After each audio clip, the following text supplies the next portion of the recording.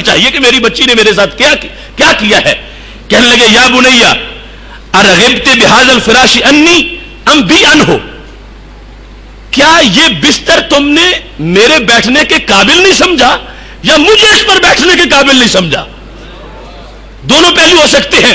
ہو سکتا ہے تم سمجھتی ہو میرا ابا قریش کا چودھری ہے, بڑا سردار ہے, اور یہ بستر اتنا اچھا نہیں کہ ابا جی کو اس پر بٹھاؤں, اس لیے تم نے سائڈ پہ کر دیا, یا اس لیے سائڈ پہ کر دیا کہ یہ بستر بڑا عالی شان ہے اور میں اس پر بیٹھنے کے قابل نہیں ہوں. جس وقت ابو سفیان نے پوچھا تو حضرت ام حبیبہ رضی اللہ تعالی عنہا کا جواب کتنا عجیب تھا. قالت, کہنے لگی یہ بات نہیں کہ یہ بستر تمہارے شایان شان نہیں, بات یہ ہے ہوا فراش رسول اللہ صلی اللہ علیہ وسلم, اس بستر کے تم مستحق نہیں ہو, تم اس پر نہیں بیٹھ سکتے, تمہارا یہ مقام نہیں ہے کہ تم اس بستر پہ بیٹھو. اس پہ وہ بیٹھتے ہیں جو اللہ کے عرش پہ بھی جا کے بیٹھتے ہیں. بل ہوا فراش رسول اللہ صلی اللہ علیہ وسلم, یہ اللہ کے محبوب علیہ السلام کا بستر ہے. وانت امرؤ نجس, اور تم پلید بندے ہو. انت امرؤ نجس انما المشرکون نجس, فرمایا تم سراسر پلید ہو, سر سے لے کر قدم تک تم پلید ہو. کون بیٹی اپنے باپ کو یوں کہتی ہے؟ یہ عشق رسول صلی اللہ علیہ وسلم حضرت ام حبیبہ رضی اللہ تعالی عنہا کے دل میں بول رہا تھا. فرمایا میرے باپ تم باپ تو ہو مگر تم پلید ہو, مشرک, تم مشرک ہو, اور میں کسی مشرک کو اپنے پاک محبوب کے پاک بستر پہ نہیں بیٹھنے دوں گی. قیامت تک کے لیے سیدہ ام حبیبہ رضی اللہ تعالی عنہا نے آنکھیں کھول دی لوگوں کی. آج جو کہتے پھرتے ہیں ان میں اور ہم میں کوئی فرق نہیں ہے, ان کے لیے باقاعدہ یہ سبق رکھا کہ باپ میرا ہے مگر پھر بھی صرف معاملہ بستر پہ بیٹھنے کا تھا, آگے تو کوئی بات نہیں تھی. مگر میرا ضمیر یہ گوارا نہیں کرتا کہ جس بستر پر میرے نبی علیہ السلام بیٹھے اس بستر کو عام بستروں جیسا سمجھا جائے. نہیں, اس بستر کی بھی کوئی مثال نہیں ہے. اگر حضرت ام حبیبہ رضی اللہ تعالی عنہا نے اپنے باپ کو بیٹھنے بھی نہیں دیا اور منہ پہ اس کو پلید کہا اور کافر اور مشرک کہا اور بستر کی عظمت کو بیان کیا, تو قیامت تک کے لیے اپنی بیٹیوں کو یہ پیغام دے دیا کہ جس پیغمبر کے بستر کی مثال کوئی نہ ہو, اس پیغمبر کے سر کی مثال کہاں سے ہو سکتی ہے. یہ عشق رسول صلی اللہ علیہ وسلم حضرت ام حبیبہ رضی اللہ تعالی عنہا نے دیا ہے, اور یہ کردار ہے. آج بھی کوئی بیٹی کسی باپ کے سامنے اگر وہ سمجھتی ہے کہ اس کا باپ نبی علیہ السلام کی توہین کرتا ہے اور گستاخی کرتا ہے, تو وہ اگر اس بنیاد پر محبوب علیہ الصلوۃ والسلام کے عشق کو نبھاتے ہوئے یہ اعلان کرتی ہے, تو اس کو حق ہوگا کہ محبوب علیہ الصلوۃ والسلام کی محبت کا یہ تقاضا ہے کہ وہ جس بستر پہ بیٹھ جاتے ہیں رب ذوالجلال اس بستر کو بھی بے مثال بنا دیتا ہے.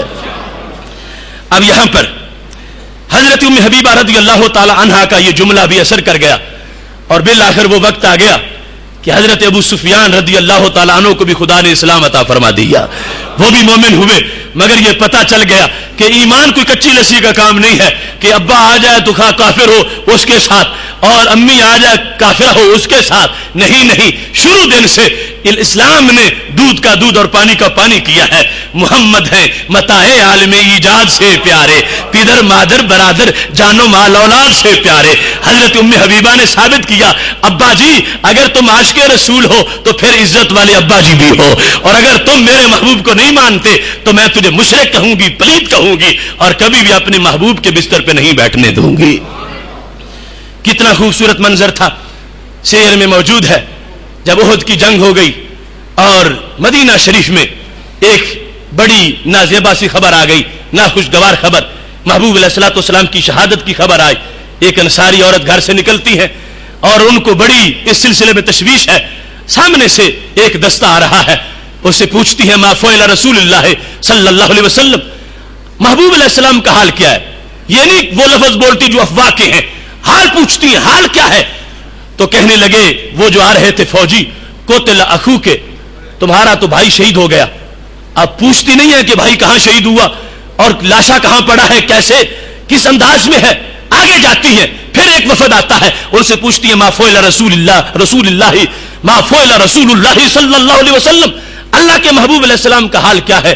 تو کہتے ہیں قتل ابو کے، تمہارا تو والد بھی شہید ہو گیا ہے، اب صنف نازک ہیں، 2 تیر غم کے چپ گئے ہیں، مگر پھر بھی رکی نہیں، آگے جاتی ہیں، اب ان کے بارے میں نہیں پوچھتی پھر بھی یہ ہے ما فعل رسول اللہ صلی اللہ علیہ وسلم، مجھے یہ بتاؤ کہ میرے محبوب علیہ السلام کا حال کیا ہے۔ تو کیا پتہ چلتا ہے؟ قتل زوجو کے، تمہارا تو خامد بھی شہید ہو گئے، اب 3 شہادتوں کی خبر مل گئی، قتل ابوہا و اخوہا و زوجہا، باپ بھی، بھائی بھی اور زوج بھی، یہی سارے ہوتے ہیں، عورت کے سارے ٹوٹ گئے، لیکن پھر بھی ابھی شکست نہیں کھاتی، کہتی ہے مجھے یہ بتاؤ کہ میرے محبوب علیہ السلام کا حال کیا ہے۔ تو صحابہ نے کہا ہوا بحمد اللہ کما تحبین، وہ بالکل ٹھیک ٹھاک ہے، جیسے تم چاہتی ہو ویسے ہی ہے، اللہ کے فضل سے ٹھیک ٹھاک ہے۔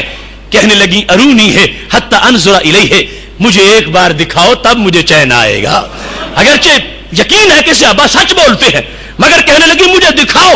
جس وقت نبی علیہ السلام کا چمکتا چہرہ دیکھا تو سامنے بیٹھ کے کہتی ہے کل مصیبت بعد کا جلالو، تمہارے دم سے ہے آباد میرا گلشن ہستی، جو تم ہو تو خزاؤں کا کوئی خطرہ نہیں مجھ کو۔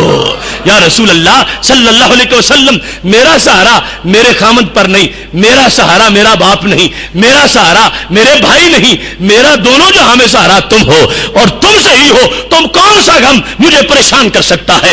عشق دیکھو، اس انداز کا عشق کہ سید عالم نور مجسم شفیع معظم صلی اللہ علیہ وسلم کے ساتھ اپنی محبت کا اظہار کرتے ہوئے وہ ساری شہادتوں کے غم ایک طرف اور محبوب علیہ الصلوۃ والسلام کا ٹھیک ٹھاک ہونا، یہ عشق اور یہ خوشی ان سارے غموں پہ غالب آ گئی ہے۔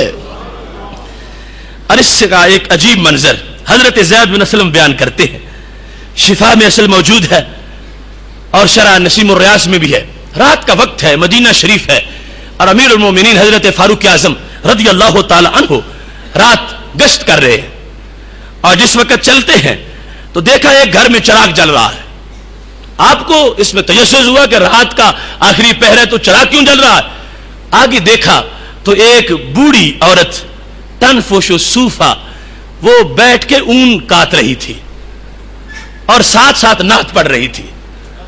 رات مدینہ شریف کا پرکیف نگر ہے، ایک نہایت بوڑھی خاتون وہ چرخا کاٹتے کاٹتے نعت پڑھ رہی ہے، اور بڑا عجیب انداز ہے، کہتی ہے علی محمد صلاۃ الابراری صلی اللہ علیہ وسلم، کہ ہمارے محبوب حضرت محمد مصطفیٰ صلی اللہ علیہ وسلم پر نیک لوگوں کا درود ہو۔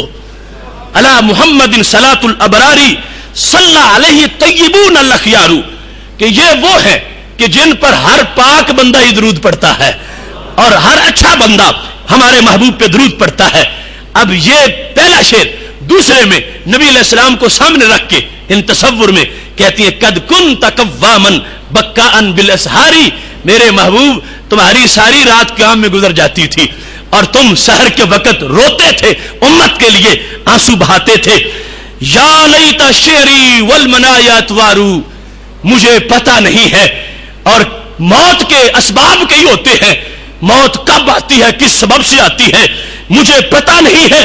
رو رو کے کہتی ہے حل یجمعنی وحبیبی الدارو، کیا جنت مجھے اور میرے محبوب کو اکٹھا کرے گی؟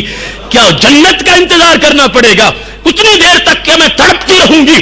مجھے پتہ نہیں چل رہا کہ میری اپنے محبوب سے ملاقات کیسے ہوگی، کیا مروں گی تو مرنے کا پتہ کیا ہے، وقت معین ہے، کب جا ملوں گی؟ رو رہی ہے رات کی آخری پہر کے اندر، وہ چرخا کاٹتی ہوئی جس وقت یہ شعر پڑھ رہی ہے۔ حضرت فاروق اعظم نے گلی میں کھڑے ہو کے سنا تو آنکھوں میں آنسو آ گئے اور روتے روتے دروازے پہ دستک دی۔ جب دروازہ کھٹکھٹایا تو وہ بوڑھی بولی اس وقت دروازہ کون کھٹکھٹاتا ہے؟ یہ رات کا آخری پہر ہے، کون دروازے پہ ہے؟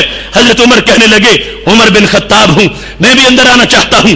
کہنے لگی مالی والی عمر، عمر کا میرے ساتھ اس وقت کیا ہے؟